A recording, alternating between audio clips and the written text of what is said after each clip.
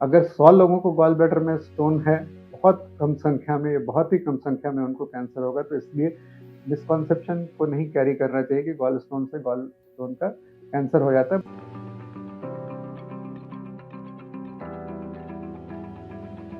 नमस्कार दोस्तों, मैं doctor Piyush Ranjan, sir Gangaram hospital नई दिल्ली में गैस्ट्रोएंटरोलॉजिस्ट। आज इस वीडियो में आपसे मैं गॉल ब्लैडर के स्टोन्स के विषय में कुछ व्यापक सिंपल जानकारियाँ, कुछ मिथ्स और कुछ फैक्ट्स के बारे में बात करूँगा। गॉल स्टोन एक बहुत ही कॉमन चीज़ है और इसके बारे में लोगों के मन में कई सारी भ्रांतियाँ होती हैं। गॉल स्टोन से जो प्रॉब्लम्स होती हैं और इसके ट्रीटमेंट के संबंध में मेरे अन्य वीडियोज़ भी हैं। संक्षेप में मैं आपको बताऊं, गॉल ब्लैडर एक ऑर्गन होता है जिसका काम ये लिवर के नीचे के सरफेस पर होता है। लिवर से जो बाइल सेक्रेट होता है वो गॉल ब्लैडर में आकर के इकट्ठा होता है और जब हम खाना खाते हैं तो ये बाइल इंटेस्टाइन में सेक्रेट होता है बाइल डक्ट के जरिए। गॉल ब्लैडर और बाइल डक्ट को कनेक्ट करने वाली डक्ट सिस्टिक डक्ट होती है और कॉमन बाइल डक्ट ये बाइल लेकर के डुओडेनम में यानी कि स्मॉल इंटेस्टाइन के शुरू के हिस्से में जाती है और ये बाइल डाइजेशन में और कई अन्य सारी प्रक्रियाओं में भी मदद करता है। तो 7 to 10% लोगों को जनरल पॉपुलेशन में गॉल ब्लैडर में स्टोन्स होते हैं। सबसे कॉमन जो स्टोन्स होते हैं उनको कोलेस्ट्रॉल स्टोन्स कहते हैं, जो कि बॉडी में मेटाबॉलिज्म, कोलेस्ट्रॉल के मेटाबॉलिज्म के कारण बनते हैं। ये कैसे बनते हैं, क्यों बनते हैं, ये एक रिसर्च का विषय है। जब बन गए तो बन गए। दूसरा होता है पिगमेंट स्टोन्स होते हैं, जो कि जनरली यंगर एज में होते हैं और ये ऐसे लोगों में होते हैं जिनमें हीमोलिसिस यानी कि ब्लड के ब्रेकडाउन की कोई प्रक्रिया चल रही हो, इसमें पिगमेंटेड स्टोन्स होते हैं। तो जब भी गॉल ब्लैडर में स्टोन होता है, ये स्टोन अलग अलग साइजेस में हो सकते हैं, छोटे हो सकते हैं, बड़े हो सकते हैं।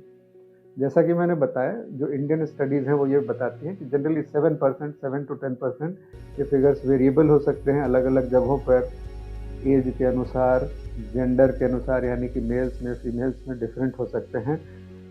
लेकिन एक जो रफ फिगर है ये है। तो जो गॉल ब्लैडर का स्टोन होता है उसके सबसे पहली चीज़ होती है कि हम दो श्रेणियों में उसको बांटते हैं, एसिम्प्टोमेटिक गॉल स्टोन्स और symptomatic gallstones. Symptom gallbladder के स्टोन का जो होता है पेट के सेंटर में या राइट साइड में, सीवियर पेन जो कम से कम आधे घंटे तक चल रहा हो और जिसके लिए आपको इंजेक्शन लेने की ज़रूरत पड़े।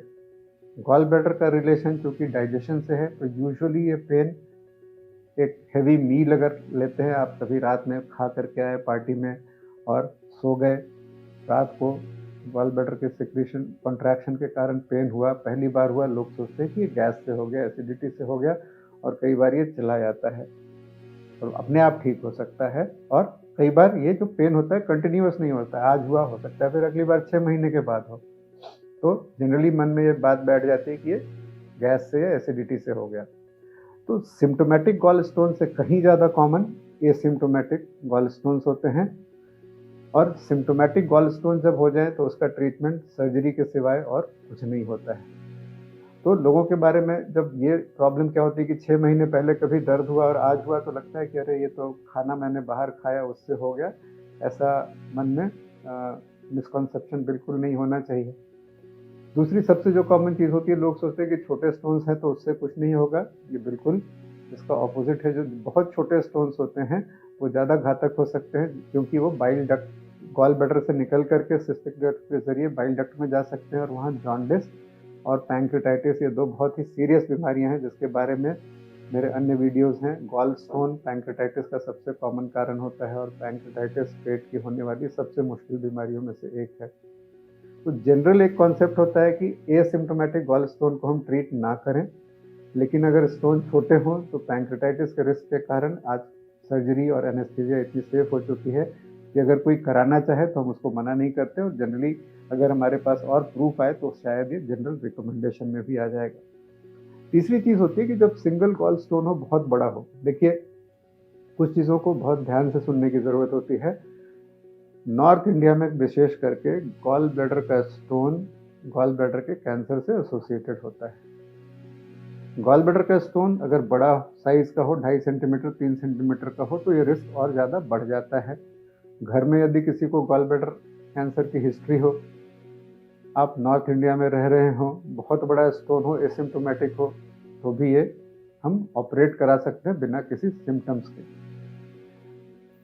अगर 100 लोगों को गॉल ब्लैडर में स्टोन है तो बहुत कम संख्या में, बहुत ही कम संख्या में उनको कैंसर होगा। तो इसलिए इस मिसकॉन्सेप्शन को नहीं कैरी करना चाहिए कि गॉल स्टोन से गॉल स्टोन का कैंसर हो जाता है। बट ये गॉल ब्लैडर के कैंसर होने का सबसे कॉमन कारण गॉल ब्लैडर का स्टोन होता है। ये एसोसिएशन है, कॉजेशन है या नहीं, ये नहीं पता। और कई लोगों को ये चिंता होती है कि अगर हम गॉल ब्लैडर को ऑपरेट करा लें तो उसके बाद क्या समस्या होगी, हम कैसे, हमारी जीवन शैली कैसे होगी। देखिए, कुछ लोगों को गॉल ब्लैडर के ऑपरेशन के बाद डायरिया, कुछ ब्लोटिंग, ये माइनर सिम्टम्स, क्योंकि बाइल का एक कंटिन्यूअस फ्लो रुक जाता है। पर अगर आपको सिम्टम है तो ये कारण कभी भी वैलिड कारण नहीं है कि हम ऑपरेशन ना कराएं, क्योंकि इसके जो कॉन्सिक्वेंसेस हैं, परिणाम हैं ऑपरेशन नहीं कराने के, वो कहीं ज़्यादा सीरियस होते हैं। और हम इनको, जो माइनर डाइजेशन और डायरिया रिलेटेड इश्यूज होते हैं, अपने लाइफस्टाइल को माइनर मॉडिफिकेशन और कुछ सिंपल दवाइयों से इनको कंट्रोल कर सकते हैं। तो गॉल ब्लैडर का स्टोन चूंकि एक बहुत ही कॉमन चीज़ है, पहली चीज़, इसको गैस से अगर सीवियर पेन हो रहा है तो इसको कंफ्यूज ना करें, और अगर बताया जाए ऑपरेशन है तो ऑपरेशन करें। दूसरी बहुत एक इम्पॉर्टेंट चीज़ है, ये आज इंटरनेट और इस पर होम्योपैथिक दवाइयों, आयुर्वेदिक दवाइयों, ऑल्टरनेटिव मेडिसिन, मैं नाम नहीं लेना चाहता, बट ये अपनी अपनी विश्वास की बात है। बट इसके लेने से ये खत्म हो जाएगा ऐसी उम्मीद में ना रहें। अगर ऑपरेशन की ज़रूरत है, एक बहुत ही सरल ऑपरेशन है, ऑपरेशन कराएं। कई बार सिम्टम ना भी हो, स्टोन दिख रहे हो, तो ही आप अपने डॉक्टर से रिस्क बेनिफिट डिस्कस कर सकते हैं। अगर कोई ज़्यादा सर्जिकल रिस्क नहीं है तो ऑपरेशन कराने में कोई नुकसान नहीं है। और बड़े स्टोन्स को एक डिफरेंट दृष्टिकोण से हम अप्रोच करते हैं, ताकि उसमें आगे होने वाले कॉम्प्लिकेशन से आप बच सकें। तो गॉल ब्लैडर का स्टोन्स एक बहुत कॉमन चीज़ है, कई बार आपके रूटीन अल्ट्रासाउंड में नज़र आ जाएगा। अपर एब्डोमिनल डिस्कम्फर्ट एक बहुत कॉमन सिम्टम है। अगर है, हो रहा है, तो इसका गॉल ब्लैडर से रिलेशन है या नहीं, ये सिम्टम्स के बेसिस पर अपने आप गैस्ट्रोएंटरोलॉजिस्ट या सर्जन से डिस्कस करें, और ताकि आप इसके ट्रीटमेंट का सही निर्णय ले सकें। ये बहुत ही, अगर इसका ऑपरेशन कराने की ज़रूरत हो तो अन्य कारणों से इसको टालें नहीं, ताकि आप इसके कॉम्प्लिकेशन से बच सकें। इस वीडियो में दी गई जानकारी अगर आपको अच्छी लगी हो तो अपने फैमिली मेम्बर्स के साथ शेयर करें। Thank you.